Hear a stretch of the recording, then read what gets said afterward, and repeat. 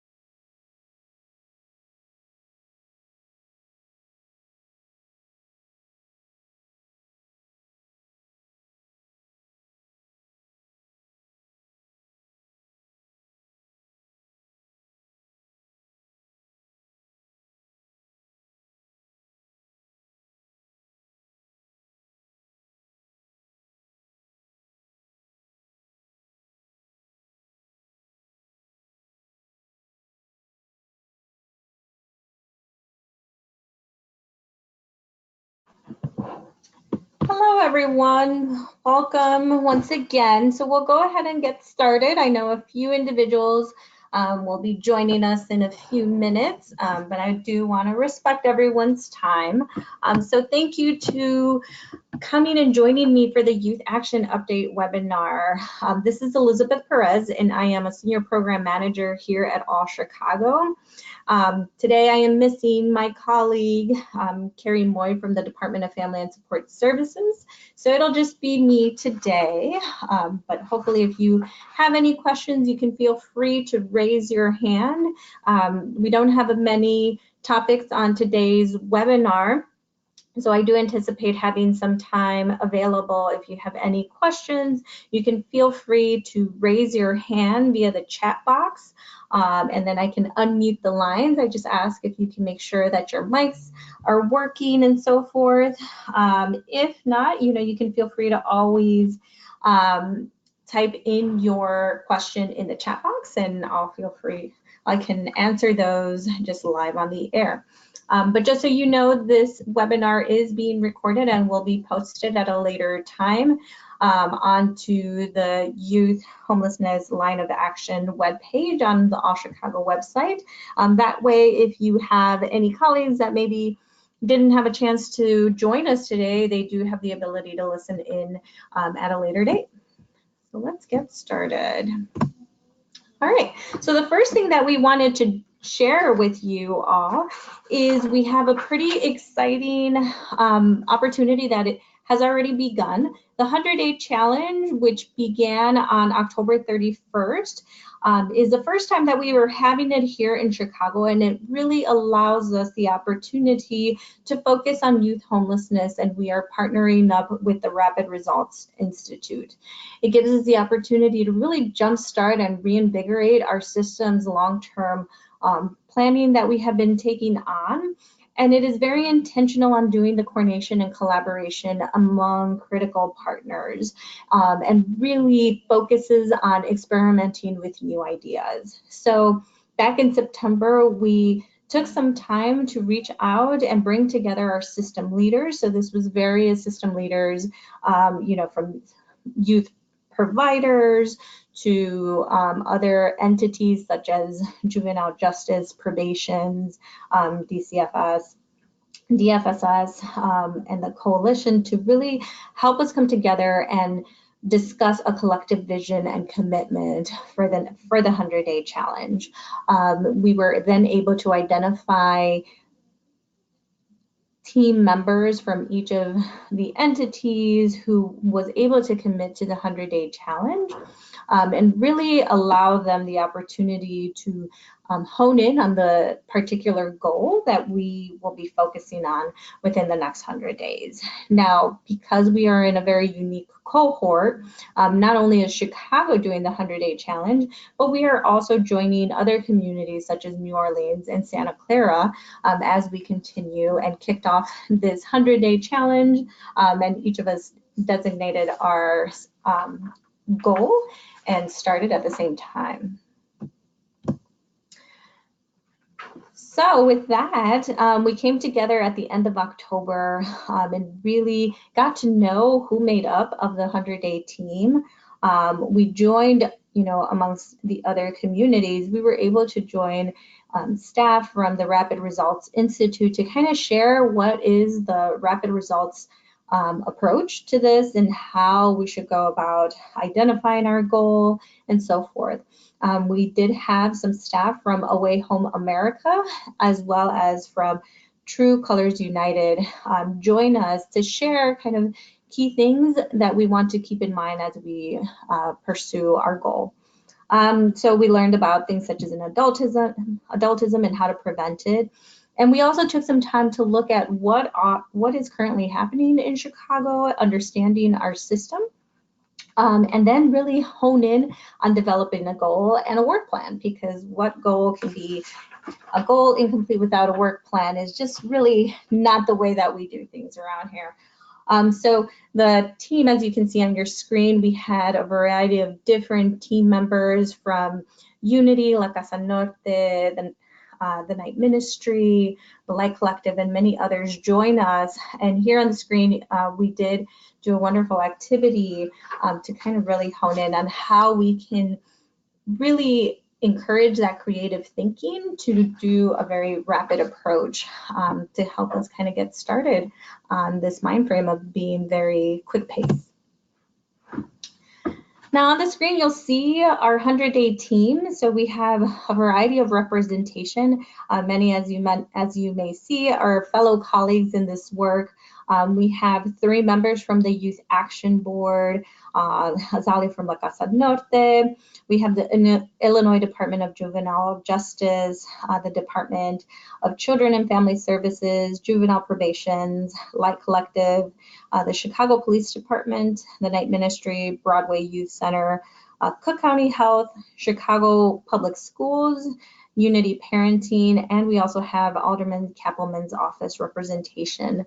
And Carrie, myself, and Beth Horowitz from Chapin Hall serve as the sponsors for the 100-day team. So what that really means is that we're able to convey any messages to the system leaders. We're really going to queue up the system leaders when there is a barrier that is identified to help us kind of remove that barrier, and also serve as a liaison and connecting the work.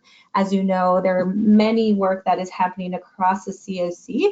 So how do we ensure that we are not operating in a silo, but if there's something that we can connect with other lines of action to kind of see where their work has been to help inform the work of the 100-day challenge.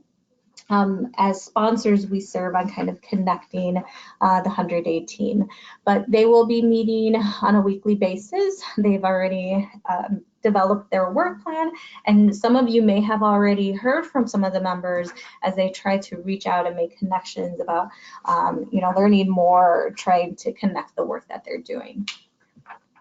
So I know everyone's probably sitting asking, well, what is this goal that we have embarked upon, given that it is now November 11th?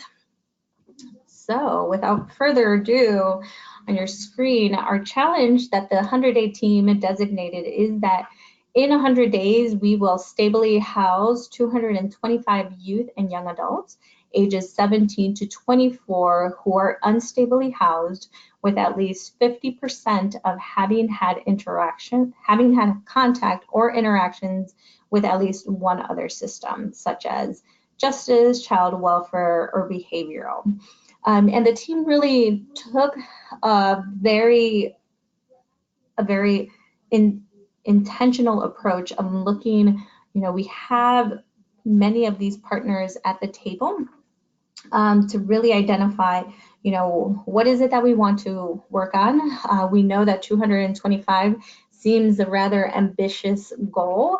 So we did want to set something up that would really incentivize us to work harder and accomplish and house more young people than what we currently see in our system. So the 100-day team met. They had their first meeting last week to finish off their work plan and identify any sub-goals. So we look forward to sharing more information in the weeks to come of what is going on with the 100-day challenge and how you can help. So please look out for any information. Again, you may have some of those team members reaching out to you for either more information or help you make that connection. So feel free to reach out. Also, if you have some, you see the goal and maybe you have something that your agency is working on, feel free to reach out to us and we'll be more than happy to make the connection to see how we can work together.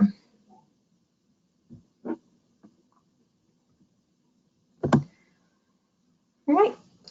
The other thing we wanted to share with you is the Youth Action Board recruitment. Our YAB is currently accepting nominations. They have been on a year-round basis, but as we are kind of looking onto 2020, they did request if we make a special pitch for them. They know that many of you are working with wonderful young people that you believe would be an asset to the board. So we have included the hyperlink on your screen, and we'll be sharing the PowerPoint presentation. It'll be posted on the website as well, just so that you have access to it as well. But if you do have any young person, please encourage them to join the YAB. As you can see, our YAB are part of all and many of the work that we do here in the Chicago Continuum of Care. So we do look at growing the YAB board so that way, they can share a little bit more of wealth, because right now they are a rather small but mighty team, but they are always looking to having new individuals join and learn more about how we can end and prevent youth homelessness here in Chicago.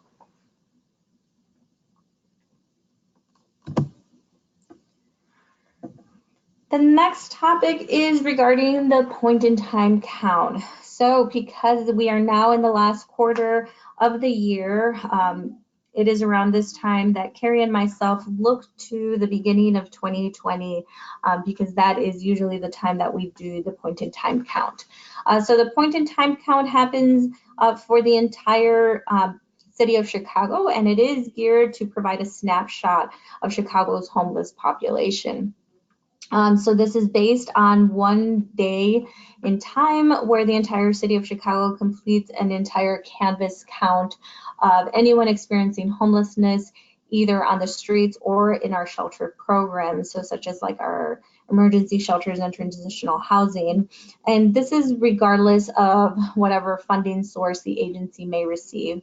And it serves to raise the public awareness about homelessness. In the last couple of years, we have had a special focus on youth. So we either call it the youth point in time count or the supplemental youth count. And this really allows us the opportunity to improve our ability to count and understand youth and how they're experiencing homelessness or housing instability. So we started to do this by extending the hours of the traditional point in time count, because the traditional point in time count only happens between the hours of 7 o'clock at night to 2 in the morning. We heard from our experience with the Voices of Count that extending the hours would help us to count more young people. So our youth point in time count happens within a 24-hour period. So we begin on noon of the point in time count, which in 2020 will be Thursday, January 23rd, and will extend until noon the following day. We will be looking to create youth lead teams of enumerators. So these are young people that have experienced homelessness at one point in their lives as well, to join us and conduct surveys and tallies for their peers throughout the city of Chicago during that time frame.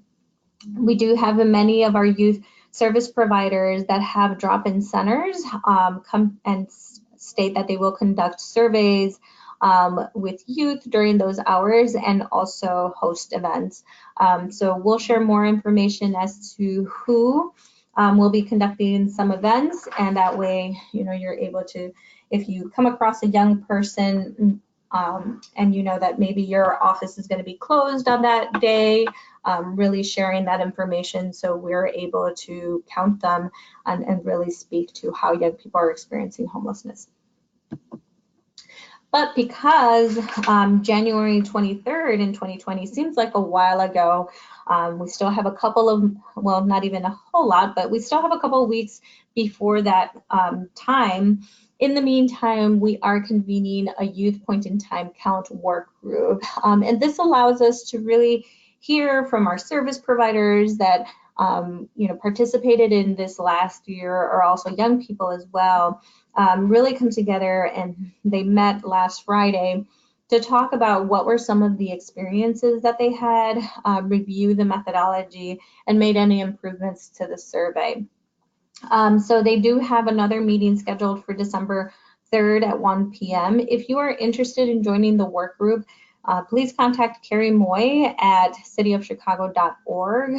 They'll be discussing host locations, so like how, who is going to be volunteering their space to either conduct surveys and tallies, maybe even host events and so forth.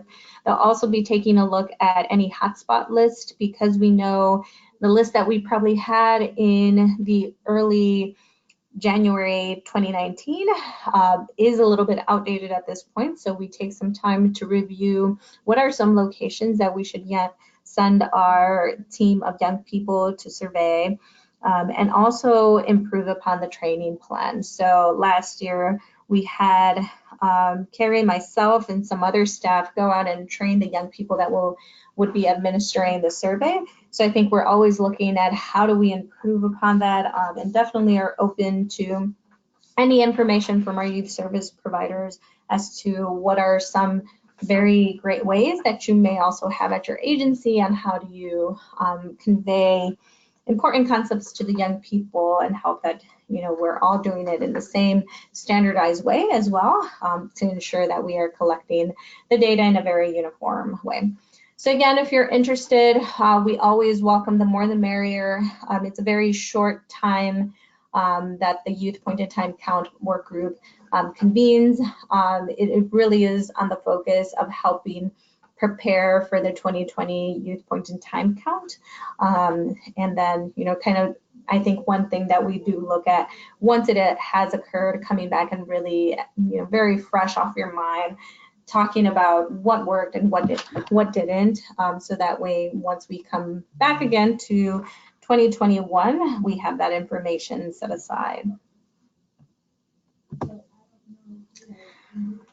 Another event that is coming up is the community standards. So the System Performance Data and Research Line of Action has developed a package of standards and policies, which they will be presenting in December of 2019 to the COC Board of Directors for review and approval. Because this takes a look at permanent housing models such as PSH, rapid rehousing, safe havens, and others, to really look at what is kind of that minimum standards, what are some of those best practices that we as a community have identified for these specific models. That document is posted and is on the website link that you see on your screen. Because prior to going to the board for approval, this line of action is requesting feedback on the document. And there is two ways of doing this. You can attend one of the various feedback sessions. The line of action has been very intentional on either tackling on some additional time to various different work groups that are happening in our community to get that feedback, or having some special meetings set aside for the different work groups. So you can view the standards and monitoring page for details and view the actual document and memo explaining each of the documents. There is going to be a special youth provider meeting scheduled for this Friday at All Chicago. And this is really to be able to get our perspective from the youth sector as to whether all the information in there reflects kind of our best practices that we see throughout our service providers that serve young people's needs. So I do encourage you to view the documents and to helpfully join us for one of those feedback sessions. If not, there is a way to provide your feedback versus an online survey, so that way we understand that everyone is super busy right now, and there might be some meetings scheduled that unfortunately you cannot get away from your agency to come to this feedback session. So there is an opportunity to provide your input via the online feedback survey. And you can always feel free to reach out to us if you have any questions. If you're having some difficulties locating the document, by all means, you can feel free to reach out to us as well.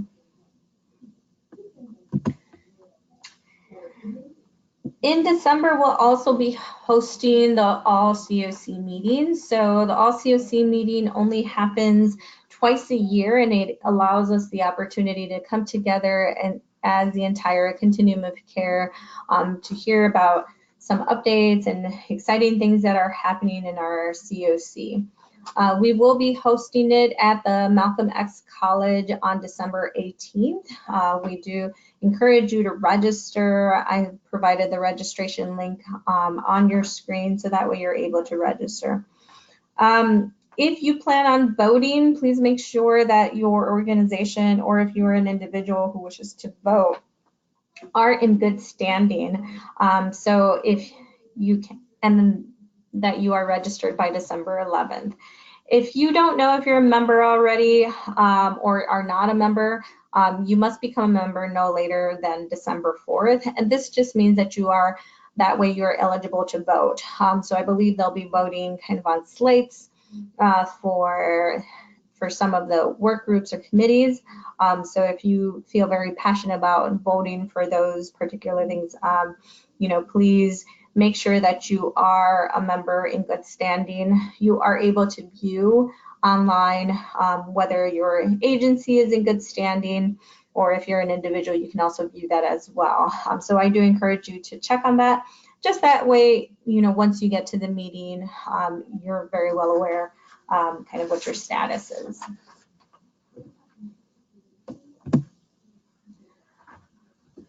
And one thing that we wanted to share with you, we know for the last few youth action updates, we had been talking about the work that came out from the youth data work group.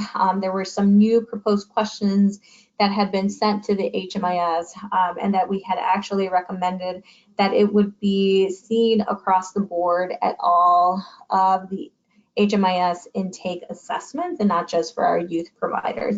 So we're happy to report that those questions are now seen. So for those of you that do complete HMIS intake assessments, you're able to see some new questions in there. And it was implemented in coordination with the HUD data standard changes that rolled out a month ago. To kind of help with those changes, we understand that many of the service providers, you know, in anticipation of the HUD data standards, were updating their own intake forms, training for staff and so forth. So we wanted to make sure that we aligned with them. So, you know, many of our providers didn't have to do an additional training and changes to their forms. The reason why we included these questions, we really wanted to make sure that we aligned with some of the core outcomes that we see in the federal framework for ending youth homelessness regarding stable housing, permanent connections, education, and employment. So the group felt very passionate and very, you know, wanted to push this ahead so that way we can align with some of those federal frameworks. We wanted to keep in mind that we wanted to have the questions be limited because we didn't also want to create a very long intake process for young people, but we wanted to make sure that the questions that we were adding were very impactful in the data that we were collecting. So that's why we were very purposeful in aligning those questions. We also added a new question regarding pregnant and parenting. And we did this because we saw that there was a high rate of pregnancy and parenthood among young people that were experiencing homelessness. And we wanted to be very intentional on gathering information, not only for women, but also for males that, more than likely were having some custody of their children, but maybe they were not with him on the night, that they entered, but we wanted to make sure that we were very conscious of capturing that information, so that way, if we saw the need for building up the services for males that had children, that we were very sensitive to that need as well. So we haven't gotten, we don't have enough data collected as of yet to kind of report back and see what has been the responses to those questions, but once we do, we'll be happy to share that in the youth action updates.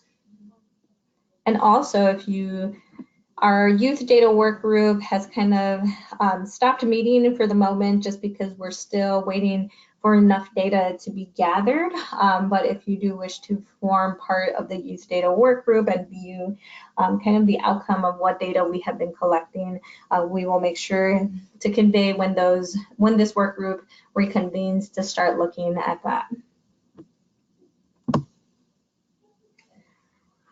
All right, we wanted to share our next upcoming meeting. So usually the Chicago Task Force on Homeless Youth meets in November, but we wanted to push it back out to December 5th at 3:30. So we'll still be meeting at our usual time at 3:30 on a Thursday. We just pushed it back for December. And the reason why we wanted to share some high-level information that is coming out of our youth leadership committee that has been meeting for the last couple of months. So we wanted to make sure that we share that information, as well as share information from the 100-day challenge. So please, if you didn't receive that invite, make sure that you have that on your calendar. You can also feel free to reach out to me or Carrie, so that way we can forward that on to you. In addition to the task force, we are going to be talking about kind of the frequency of the youth action updates. So as many of you know, the youth action updates are usually scheduled every month or so to help provide any updates that are happening either in the youth sector or anything that is coming out of the other lines of the action. So we wanted to take some time with the task force to revisit if these are being helpful, and also to think about the role of the task force as we move into 2020. So hopefully you are able to join us. If not, please, we encourage you to stay connected. If you don't receive, we tend to send out a lot of information via our listserv. So if you're not receiving any communication from Carrie or myself, please feel free to reach out to us. And that way we can make sure that your email is listed on there. All right, so that is all the information I have for you today. I don't know if anyone has any questions or things that are coming up or any announcements. We'll take a few minutes just to, if you want to raise your hands or type away in the chat box, I can raise those on the air.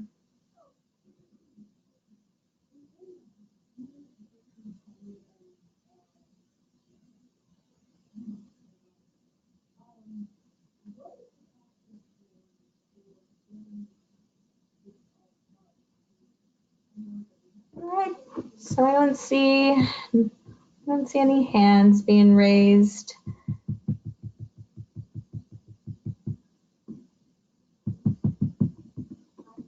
Or any questions in the chat box.